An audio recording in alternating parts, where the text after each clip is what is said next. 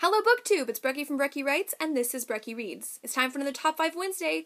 Top 5 Wednesday was started from Lainey from Ginger Reads Lainey. I will link her channel and the Goodreads group in the description below. This week, Top 5 Badasses. Now, literature is full of super badasses. We could do like a month of Top 5 Wednesdays just going over our favorite badasses. In order to narrow the field a little bit, I am choosing my top 5 female badasses from YA literature. And badass number 5, Isabel Lightwood from The Mortal Instruments. Isabel Lightwood is such a badass. First, she has a golden whip that she can wear like a bracelet and then use to like cut off the limbs of demons.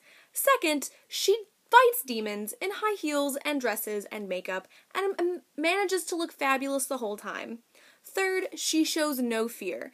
She absolutely is unafraid to fight and to fight literally to the death. She's incredible. She speaks her mind. She isn't afraid of being who she is.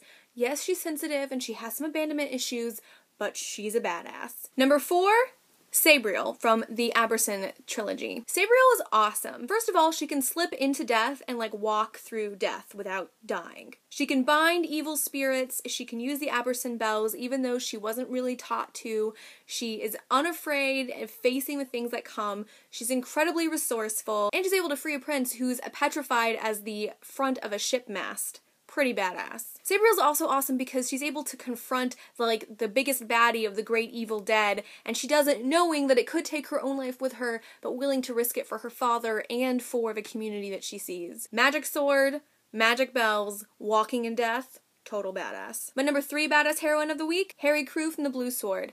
Now, a lot of you probably haven't read The Blue Sword. This was one of my favorite books when I was in high school, and I've probably reread it a dozen times. Harry Crew grows up on a country estate, and after the death of her father, she is sent to live with her older brother, who is an army captain in the desert. She's taller than most guys, she's not pretty, but she's really good with a horse, and all of a sudden she's kidnapped by a foreign prince, and while kidnapped, learns to become the most badass of badass swordswomen in 6 weeks. Seriously, in 6 weeks. Then she goes and defies the king when she thinks he's being dumb. Badass. And then she's able to overthrow a mountain on the tops of her enemies' heads. Badass. Seriously, she is such a badass. My number 2 badass of the week could be lots of different women because she's a character in Harry Potter. I mean, it could have been Minerva McGonagall because she's a freaking badass. It could have been Molly Weasley or Tonks. There are so many fabulous women that I could have chosen from Harry Potter, but I'm gonna go with one that we know and we love, Hermione Granger. Yes, Hermione is a freaking badass.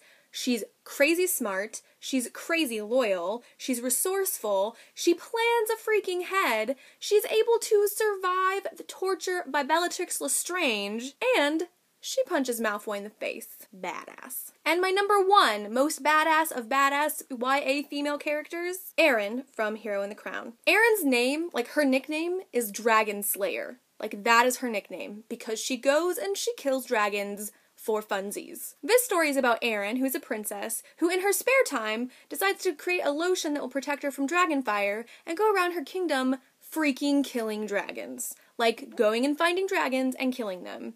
Total badass. Total badass. Who are your badasses? Do you agree or disagree with any of the ladies in my list? Let me know in the comments. And if you've read any of these books and you want to give me your thoughts, please let me know. Bye!